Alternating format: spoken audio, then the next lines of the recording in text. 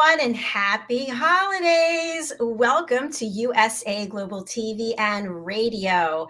I am still Dr. Jacalyn Kerbeck, the president, founder, and chief listening officer here at our network, where we celebrate elevated listening. We also celebrate our team members, our loyal followers, and our sponsors. So as we close out the year, thank you so much to each and every one of you who has made this possible. Our show today is the Business Talk Show, episode 118. And we've got a fabulous guest who's been with us before, Christopher Salem. I'm really looking forward to bringing him out. But before we do that, let's bring out the star of our show, a man who needs no introduction. He's been here with me since the very beginning. It's Mr. al.cini. Welcome. Dr. Jacalyn Kerbeck, thank you, as always, for inviting me to play a part in this USA Global TV. 118 episodes.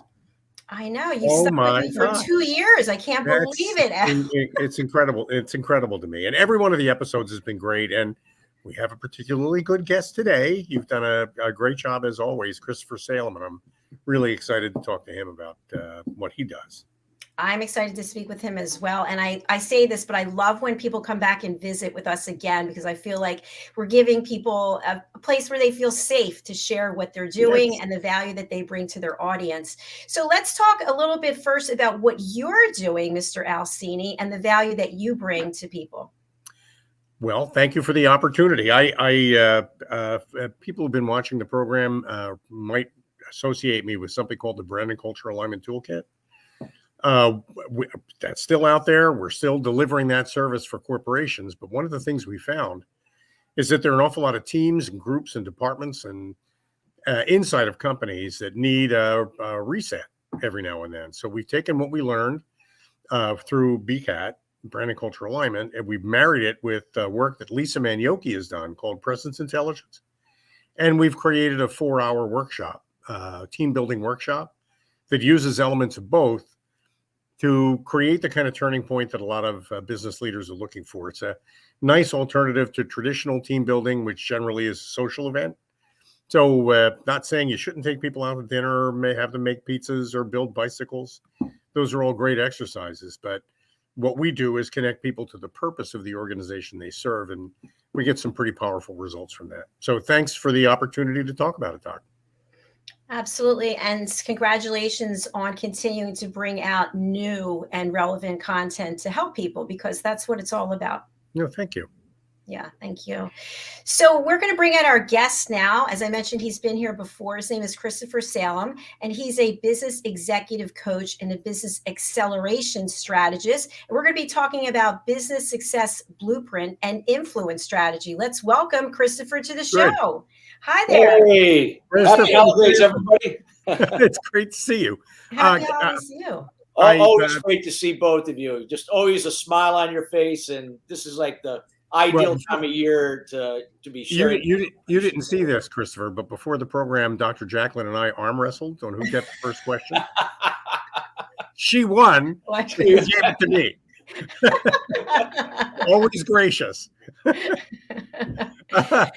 We go around telling people Happy New Year. It happens that episode 118 is right on the cusp of 2022 to 2023. So we're celebrating a new year, and we always tell everybody Happy New Year. But for me, anyway, I've always thought Happy New Year isn't just something you wish. It's something. It's an assignment. It's something you have to do. And what I love about the work you do, Christopher, is that you work with companies every day to help them make and keep New Year's resolutions. Yeah, in this case, it doesn't necessarily mean it has to be a reset, but it's now actually doing the things that you say that you're going to do. So they're not wishes; these are things that you are actually doing. So it's not from motivation, but establishing discipline and habits and being consistent, taking one day at a time to make those changes that become more sustainable in terms of the results that will be a byproduct of it. And you work not just with individuals, but also with groups. Like I saw you have a corporate training offering. Yeah. We work with companies of, anywhere from as little as 1 million, usually up to 100 million. We do work with Fortune 500 companies at the business unit level primarily, but we do work with groups of people that could be from various backgrounds, different companies, running their own businesses, and also do one-on-one high-end executive coaching for C-suite, CEOs, high performers, and so on. That's great.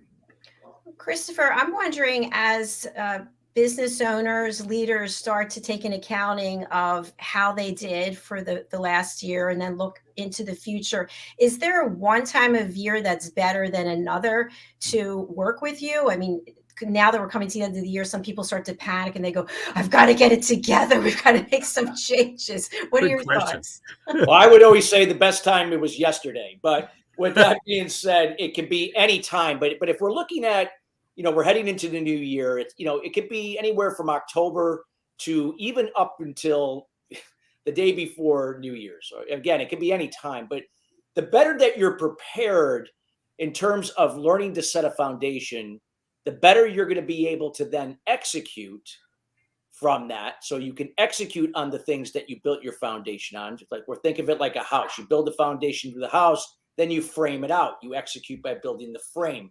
And then you start to, put all the things in the house that you can actually live in. Those are the results that you seek. So it's always about the foundation and then executing on that to measure how you're doing to then generate the results that you seek. So usually when we talk about foundation, everybody's going to be different. People, companies, these things could take anywhere as little as 3 months. Sometimes they can take a couple of years or anywhere in between.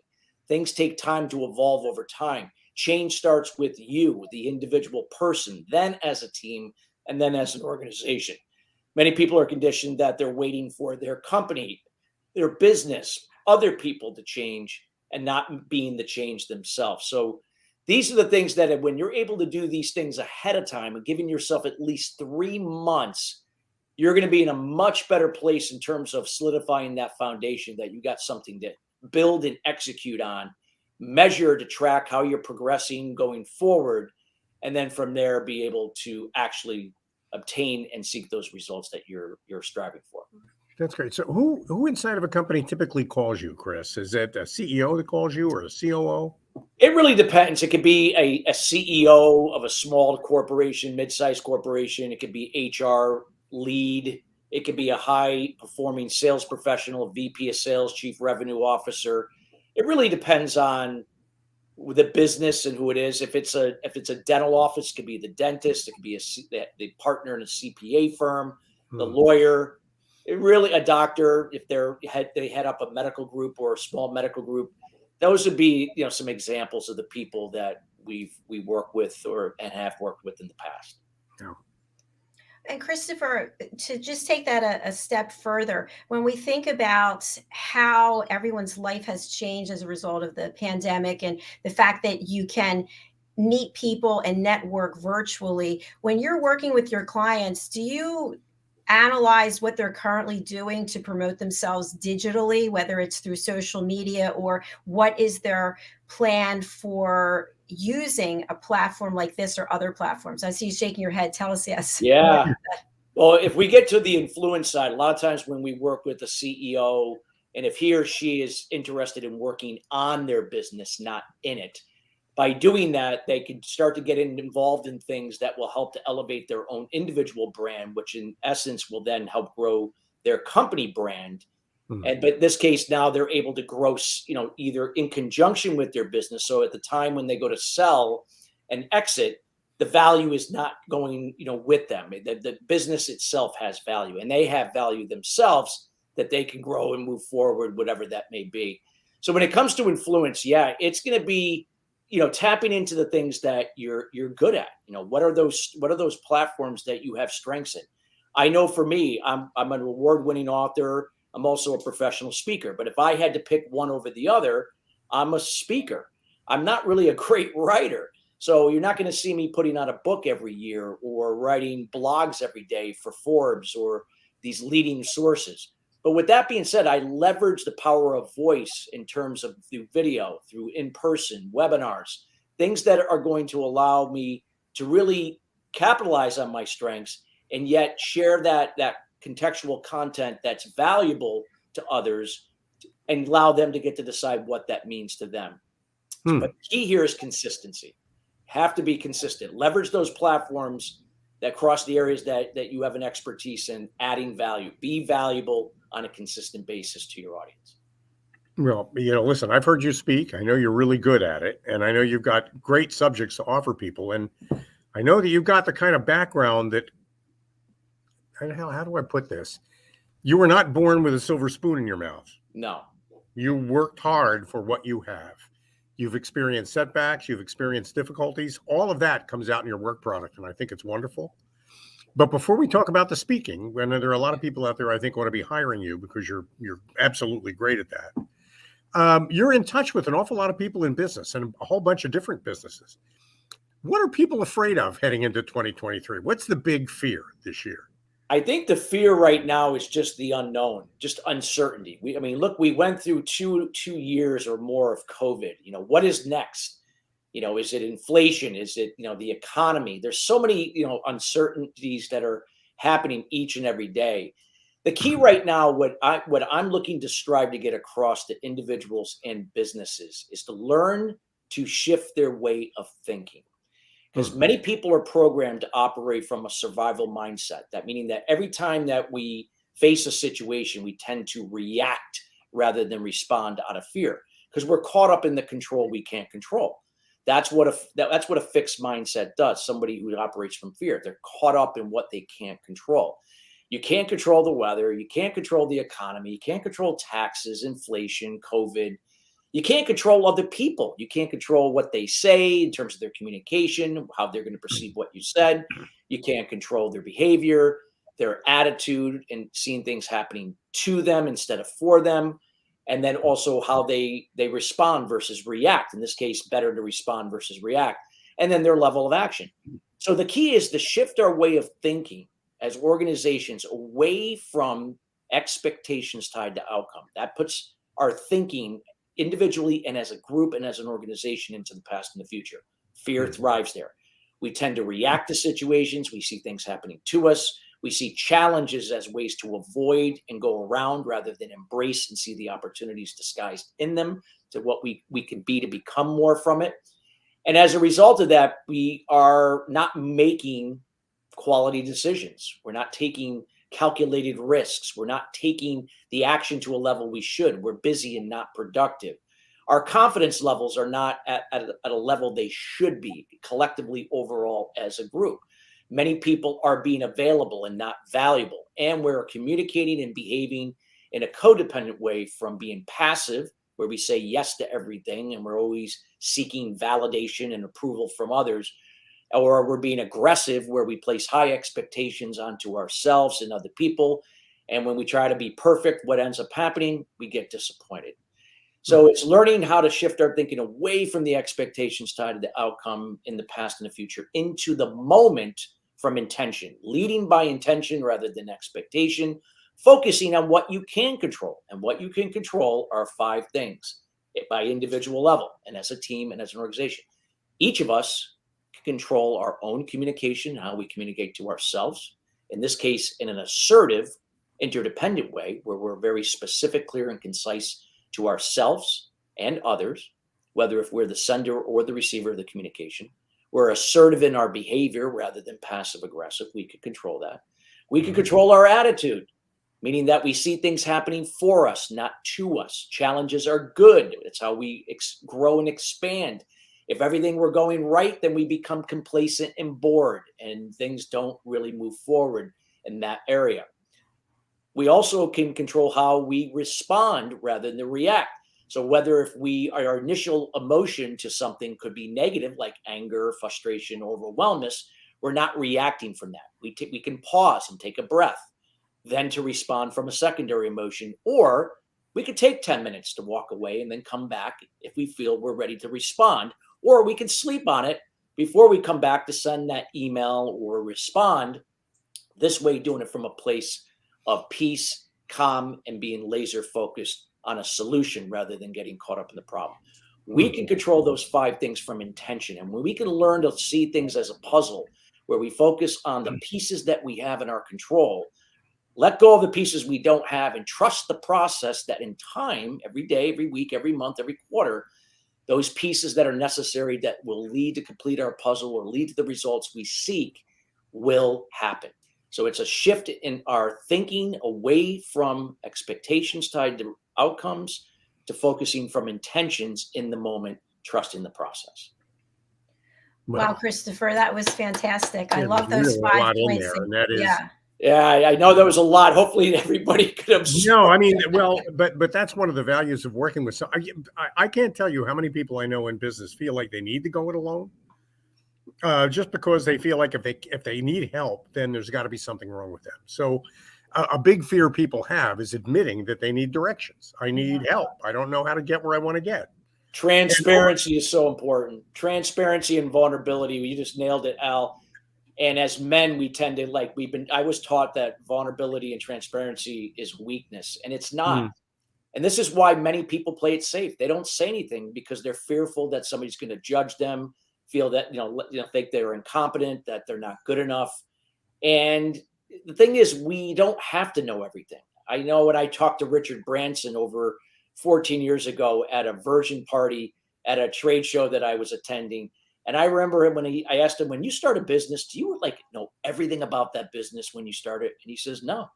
He goes, I'm lucky if I know even a fraction of it. I just know that this business could generate results, and we figure it out each day, each week, each month, quarter, year. And we make mistakes, we learn, and we do it differently and move forward. So it's that forward thinking, critical thinking, thinking in the moment from intentions. Those are the people that eventually, when they can be resourceful and be the example of that, and hopefully rub off on other people to do the same, that interdependent structure or environment can create magic in any business. I've seen it with companies like Zappos, out in Las Vegas, that small company, online shoe retailer. And there's no coincidences why they ranked in the top 5 for customer service year after year after year, because the way they think, their environment, their culture is built around these principles that we're sharing here. That's a great answer. Christopher, I'm sorry, Doc, go ahead. I was just going to say that you brought up so many key points. I just want to reflect on a couple of them. You talked about that fear, and I think there's also some imposter syndrome there. Sometimes that people feel they're not good enough, but many times people will blame someone else. It's the customer's fault. It's my competitors. It's the marketplace. It's et cetera, et cetera, et cetera. And at some point they have to look in the mirror and take responsibility and say, wait a minute, maybe I need to get some help. I need to work with a business executive coach like yourself. How do you get people to own their stuff so that they can look at where they are, what their role is, and then somehow get the self-esteem and awareness to embrace those 5 steps that you just mentioned? Well, I've learned that sometimes there is a place to be directive, but in most cases, being directive or telling people why they're not doing it right or what they should be doing usually doesn't work. People become defensive, especially at a higher level. The most important thing that you could do is continue to be the example and be a resource of that, being consistent in how it shows up in your communication, both written, verbally, non-verbally, your behavior, your attitude, your emotions, responding versus reacting, your consistent action. And it's better to share, to empower people to draw their own conclusion.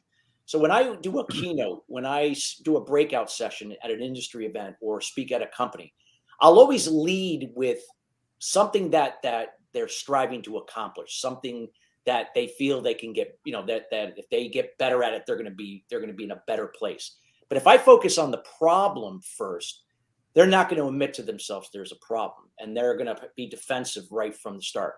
So I lead with where they are and where they desire to be, but then I share what is to be shared, and not sharing what they would like to hear or what they need to hear. I don't do that. I share what is. So this way they get to decide what that means to him or her. Now, there are going to be some people in that, when they hear this, that may not be the right time they're looking to hear it. They might be rubbed the wrong way as a result of it, but that's okay. Because that, sometimes ruffling somebody's feathers, not intentionally, is going to get them to start thinking that, hey, the way I've been doing it is not working.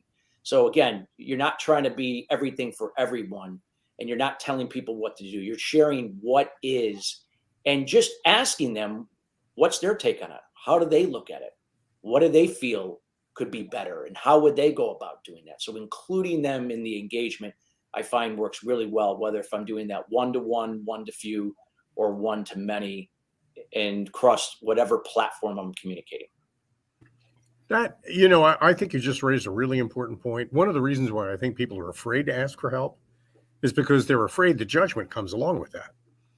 I mean, they fear that. They fear that they're going to be judged, that somehow they've flunked or they're failures, and they're going to be admitting that. And it's really great, very important that you point out that you are a polite, courteous, respectful person, a fine young man, as we used to say. And you don't make people feel bad that they aren't getting what they want. You try, instead, you settle down and let's see if we can't figure out what it's going to take to get you what you want. So there's no reason why you have to be afraid to call Christopher Salem. You should just get on the phone and call him. Thank you so much, Al. Yeah, it's transparency is what's going to set you free. And I find, that the people that can learn that even if people judge you, it doesn't matter. As long as that you've learned not to judge yourself and learn to not that you don't care what people think. It's not, but you're not dependent upon what people think. You focus on what you believe in, not imposing yourself and your views on people, but sharing and standing by what you value, and just in a way that it comes across as, hey, I'm looking to be included, or I'm looking to include you in the conversation. What's your take? I'm not here to impose and say my way is the only way and yours is not. And I think if we had more people doing that at an organization level, we would have more problem solvers, more solutions, and less band-aids that we keep putting on and managing the same problems over and over. Kicking the can down the road, kicking the can down the road. Don't kick the can down the road into 2023. Stop kicking the can. Christopher, my question for you is related to the passion that a person needs to have or a team needs to have.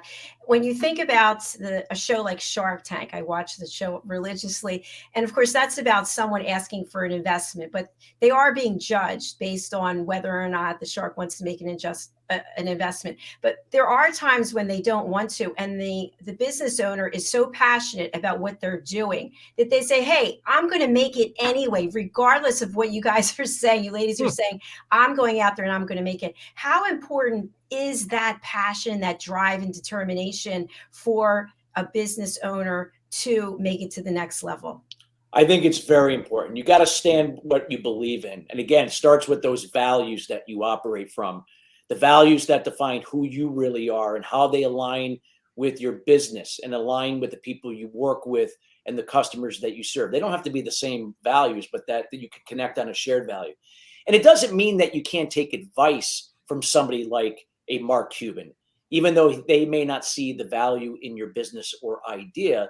There could be some valid points that you could take and make some tweaks, but not deviating completely from what you truly believe in and stand by, that you are going to move forward with him or without him or any of the other sharks, that somehow by you being consistent and believing in your process, focusing on what you can control each day and raising your confidence level each and every day, your vibrational energy is going to show up and eventually open up new doors, new avenues. And by trusting that process, the results that you seek will be just a matter of time. It doesn't necessarily mean it's the exact results, but I find that when you commit to your process each and every day, focused on what you control, more or less of the time, you're going to be within that range of the results you seek in a certain period of time. That's great. Yeah, I love Chris, that. maybe now's a good time to talk a little bit about your background, because I know you're a complicated guy. So all the wisdom. Are all guys complicated? Come on, stop. Well, I had to come undone to come together, and believe me, I was a mess. So you talk about the problem. I was the problem for 30 years. And, again, it's just how I was conditioned growing up in a codependent home, a lot of yelling and just a lot of passive aggressive behavior and communication, operating from my inner critic, not my inner champion. And obviously it impacted my relationships with other people. Even though I could put on a smile, play the part, look the part, that energy was just not in alignment with what I was projecting. It was operating at a low level. I was operating from a place of a lower self-esteem. So the leader that I thought I was back then wasn't really inspiring and in being a prime example or resource to really help others. I was dependent upon people, and they were dependent upon me. And when they were dependent upon me, it gave me this false sense of power, like I was helping them, but really I wasn't. I was keeping them stuck, stagnant, and depleting my own energy to just continue to try to give something from an empty cup. So the key is that if you're truly going to serve people, you have to serve yourself. If you're going to create valuable customer experiences, client experiences, patient experiences, that has to start with you and what goes on inside your organization. Because what goes on inside your organization in terms of how you relate and understand each other, how you communicate at a higher level, how we listen to relate and understand, then respond versus react.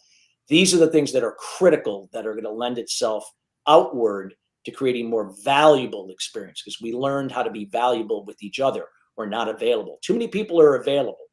And we become too available, people become dependent on us. And when they become dependent, they get stuck, they don't go anywhere, and become more drained and depleted and have really nothing to give. Learning how to value your time, value what's most important versus not, prioritize things and focus on building from within and allowing the results of a better experience with the customers you serve to be a result of it. Christopher, I really appreciate that transparency. That's so wonderful that you're able to just be humble and share that. Something that I'd like to move on to now is, how do we give ourselves grace and forgiveness about things that we do? For example, I remember when I was in corporate, I sent an email to the wrong person. It was like the email address was automatically populated, and I just couldn't get over it. I was upset with myself for like a week. And yet that affects everything that we do. And so we make mistakes in business. We make decisions that are maybe not the best, and we hold on to them and we judge ourselves because of that. What can you share with our audience about this?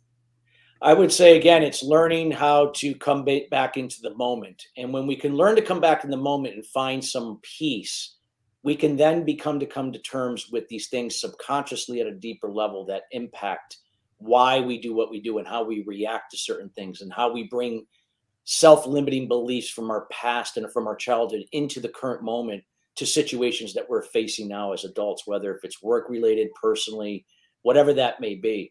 So it's learning, again, through the transparency and vulnerability, having a gratitude list that you take each and every night, developing a daily routine in the morning. These are the things that are going to get your mind still. Learning how to shift away from anxiety and stress and fear in the past and future into the moment where fear is reduced, and we can lead from intention. These are the things that allow us to forgive the source. And I've noticed over the years, when I started practicing this, and it took me a while to get into this frame of thinking, that when I could think in a different way to be it and then become it, then I can do things differently and then have different and better results. And I found those results to be more sustainable.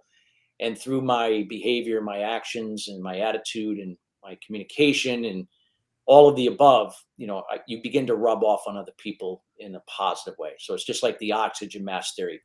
You put the mask on yourself, then you put it on your child. Most people, especially moms, will do it the opposite. They'll put it on their child before they put it on themselves. Serve yourself forward to be the example and a resource to help others do for themselves. That is magical in terms of what it can do in a family, a community, and any size organization over time. Boy, that really makes a lot of sense. I mean, there's so much.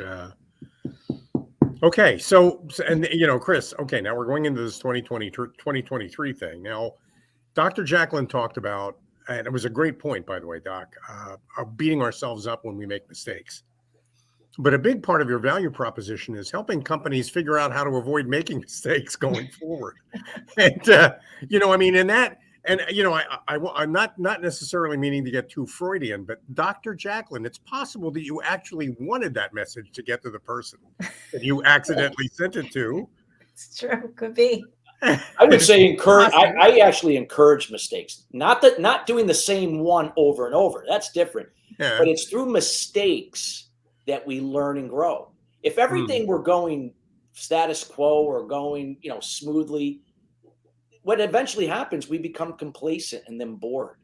When we do make mistakes and we don't judge people for them, as long as they're not making the same ones over and over, then we're in the stretch zone. This way we can keep stretching to find better ways to do things. It was like Edison when he discovered the light bulb, right? It took him, I don't know the exact number, but it was like 1,600 and something times before he got it right. He could have gave up after the first 10, but he kept going. Jack Canfield and Mark Victor Hansen were rejected by almost 300 publishers before they were finally picked up. And the rest is history with that book, Chicken Soup for the Soul.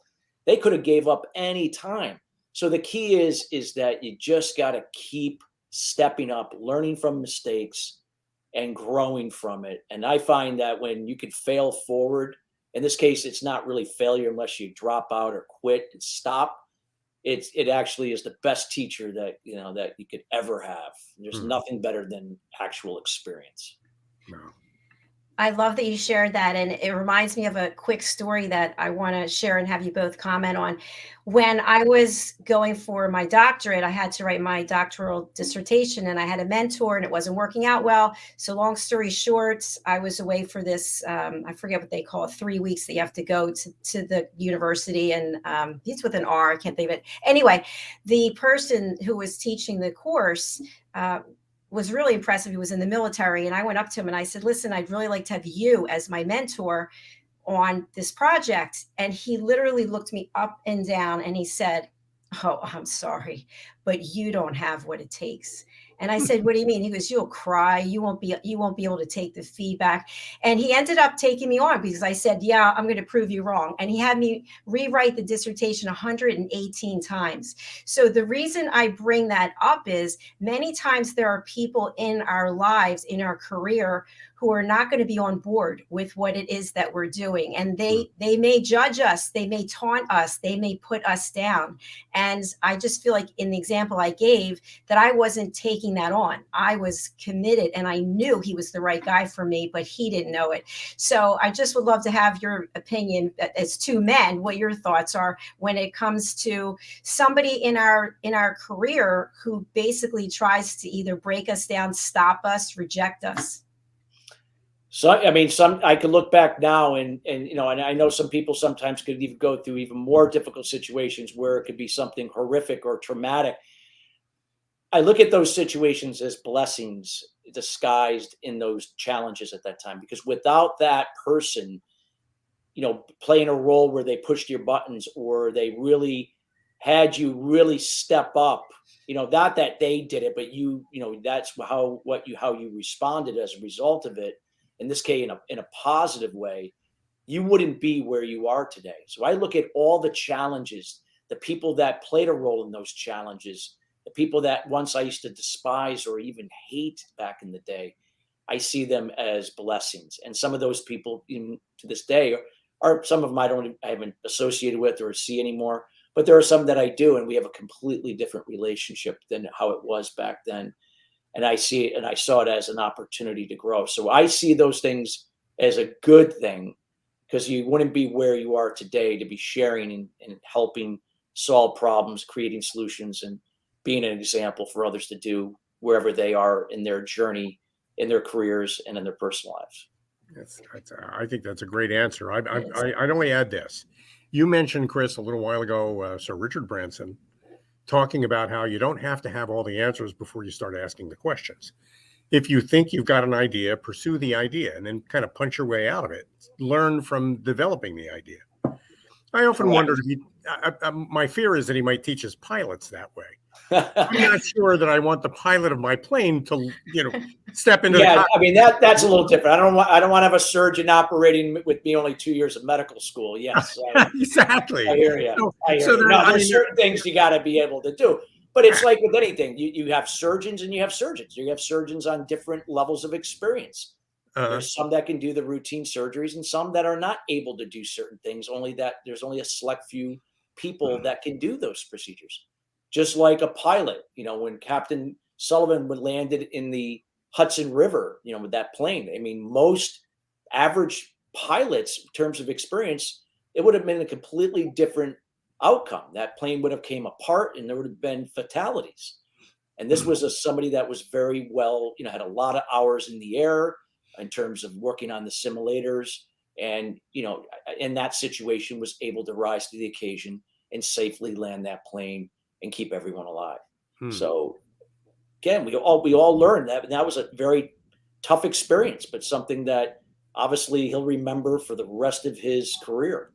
And those people will forever be thankful for how he saved their lives.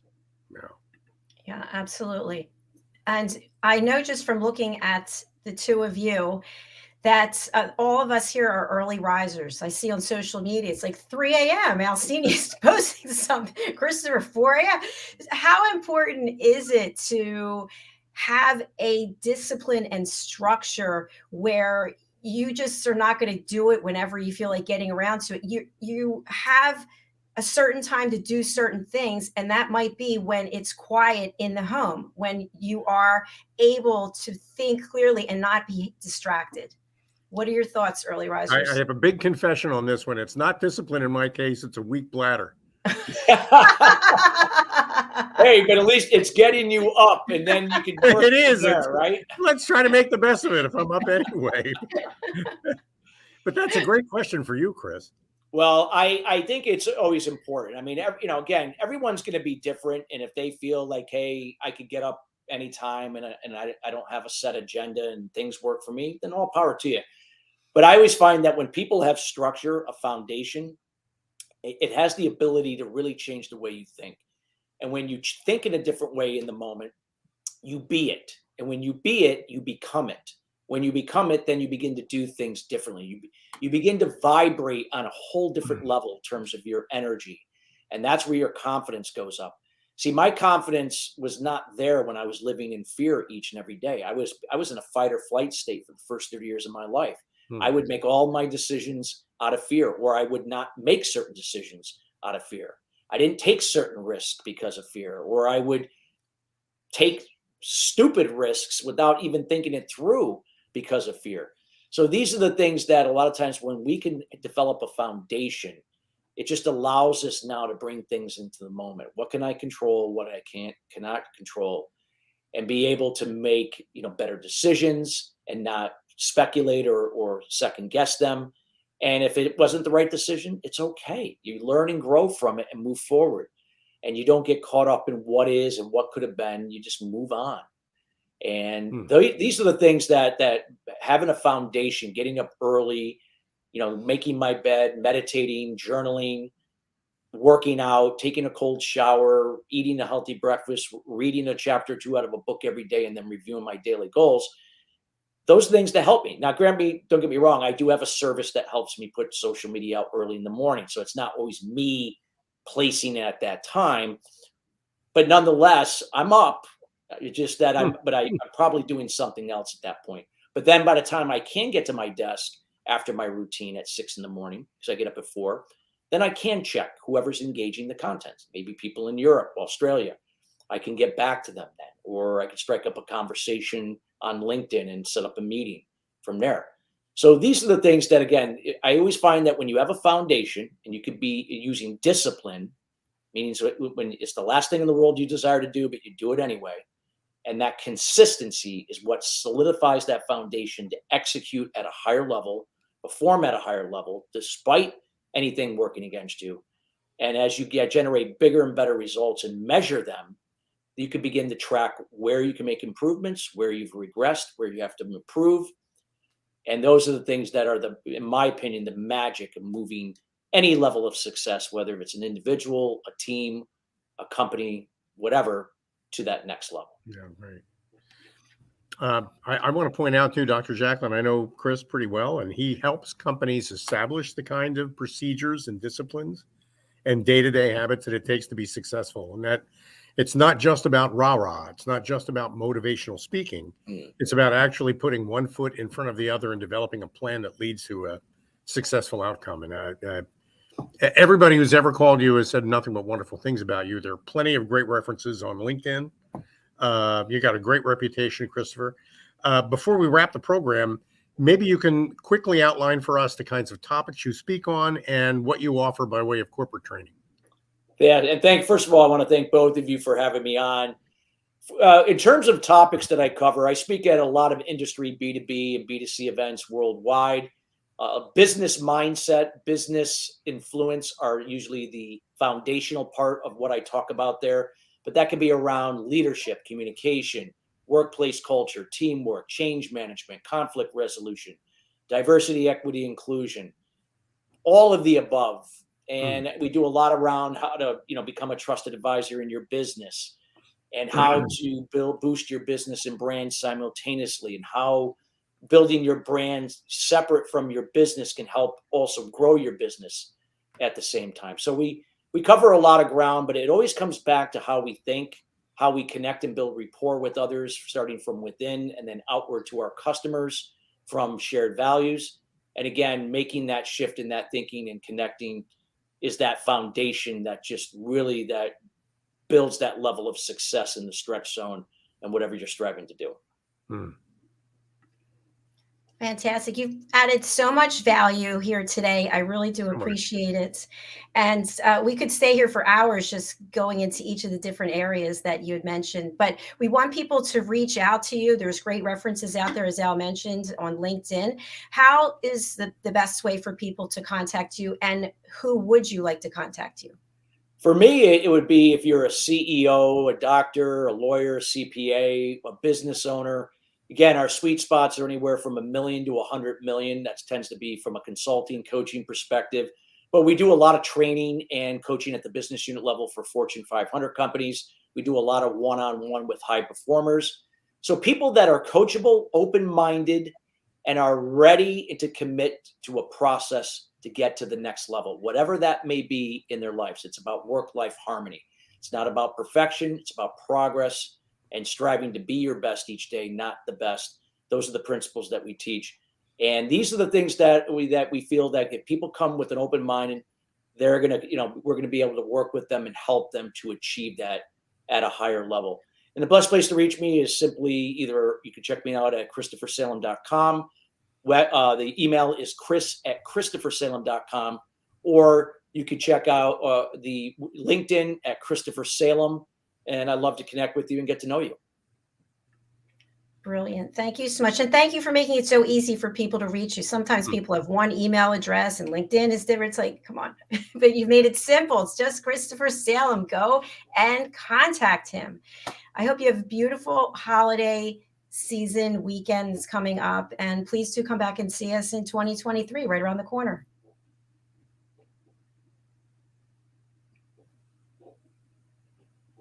Okay. Christopher, you with us? Oh, thank you. Great. That was a great show. Awesome. Thank you so much, Christopher.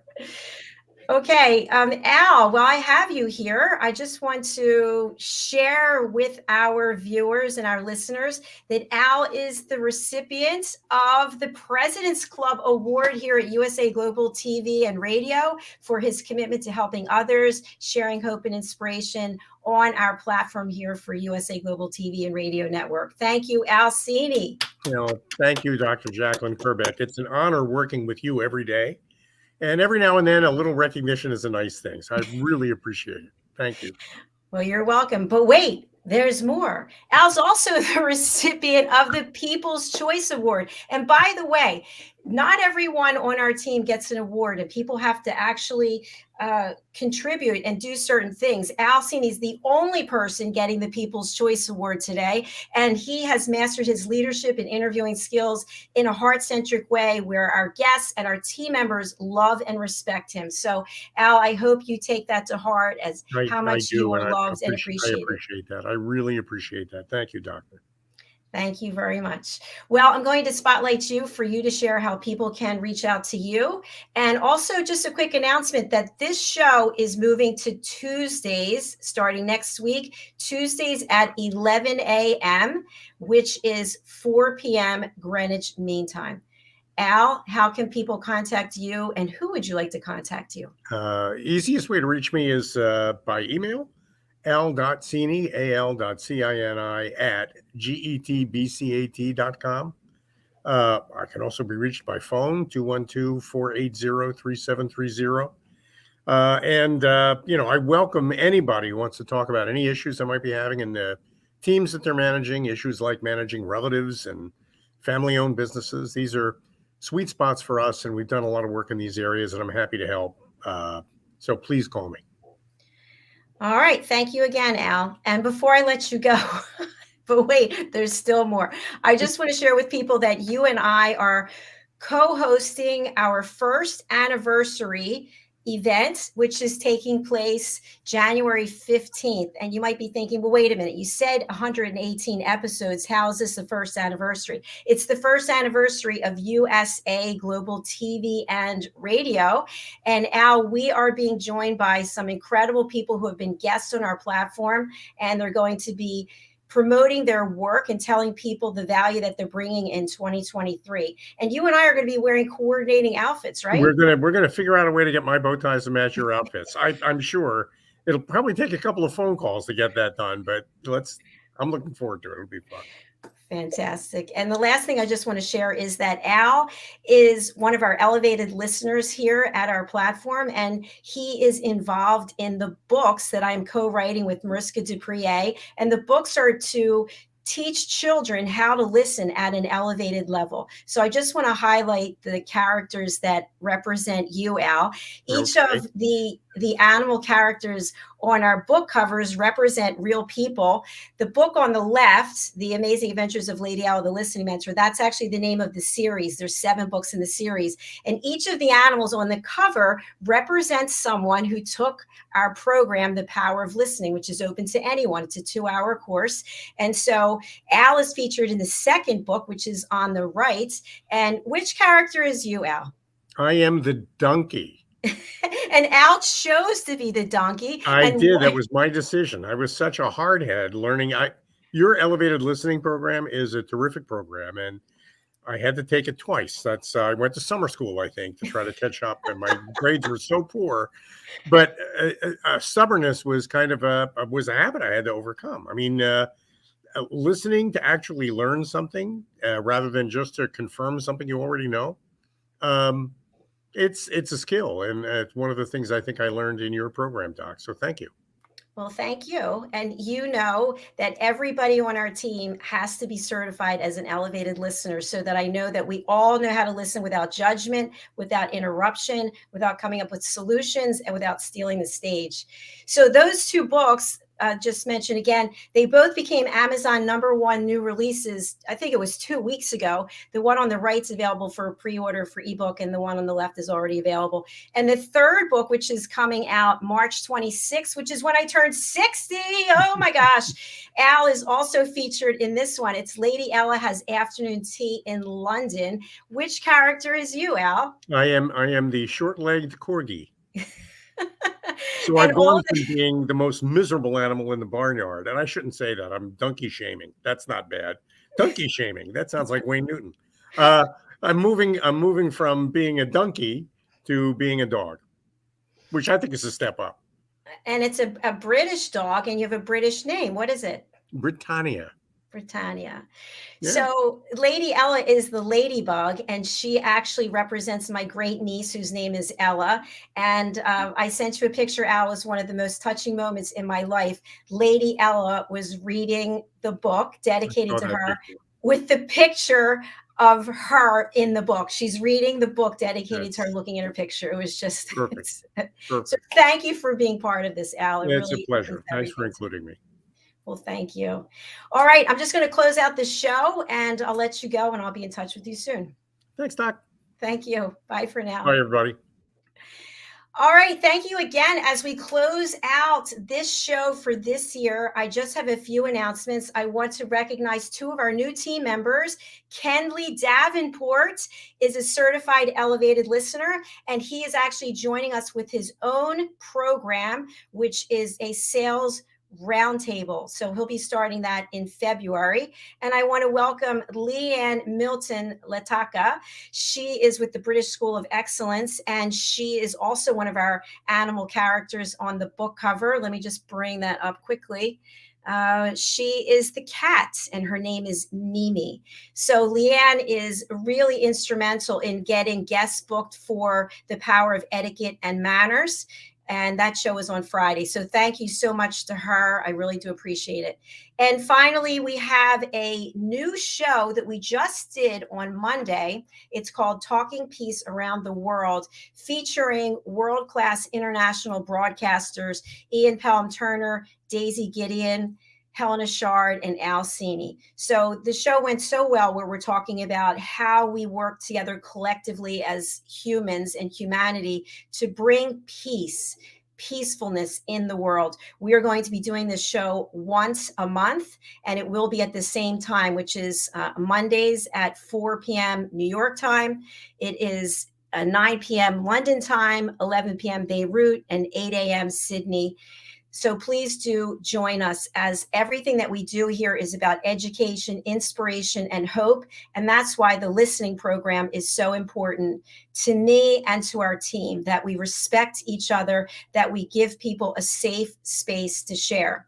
So finally, if you would like to join our team as an elevated listener, which enables you to have other opportunities like being a co-host, being a show host, being an extra panelists, being an expert speaker, being an expert presenter, all you have to do to get started is to take the Power of Listening 2-hour online course. It's on demand. You take it at a time that's convenient for you. Once you take the course, which features role plays that you can watch, so you can identify dysfunctional types of behavior that are probably going on in your life or somebody else's life. Now you may say to yourself, I don't know what she's talking about. I don't have any dysfunction. How many times do you feel that you weren't heard, that you were starting to tell a story and somebody interrupted you? Or you were sharing a story and someone starts to look away and they come back and say, wait a minute, I know what you can do. I have a solution. Nobody asked you for a solution. They just asked you to listen. But we feel like we have to fix everything, because by giving the solution, we are empowered, we're in control, but we're no longer listening. The other areas that I'm talking about when it comes to elevated listening skills include stealing the stage. Stealing the stage is where I'm telling you a story. Well, I started this television platform, and you say, well, you know what? Guess what? I started a television platform. Let me tell you all about it. Now I can no longer say what I had to say because you stole the stage from me. People interrupt one another. So I just want you to incorporate this into your own thinking about your own behavior. Are you listening at an elevated level? Are you part of the answer, part of the solution, or do you have some work to do? What I found is we survey everyone before they take the course about their listening skills, and then how they feel about their listening skills afterwards. And most people think they are listening at an elevated level. But I guarantee you, if we were to survey their family members, their coworkers, people would have something else to share. That doesn't mean that no one's listening at an elevated level. What it means is it's a skill and a talent that you can incorporate and embrace by taking this course. Again, the course is available. It's only $39. I've made it as reasonable as I can for people to take it. Just go over to Thinkific platform, drjacalyn.thinkific.com/collections. And I'll put that into the comment section. And then you will become a team member here. You'll have your headshot and your bio featured on drjacalyn.com, where I do my coaching and listening courses. And also you'll have your headshot on usaglobaltv.com as an elevated listener. Thank you for listening to me. God bless you. Happy holidays. And thank you again for being loyal followers, for your likes, for your comments, for spreading the word, and for supporting all of our team members by connecting with them, whether it's their website, LinkedIn. You can find information about our team members on our website, usaglobaltv.com. Thank you so much. We'll be back again tomorrow.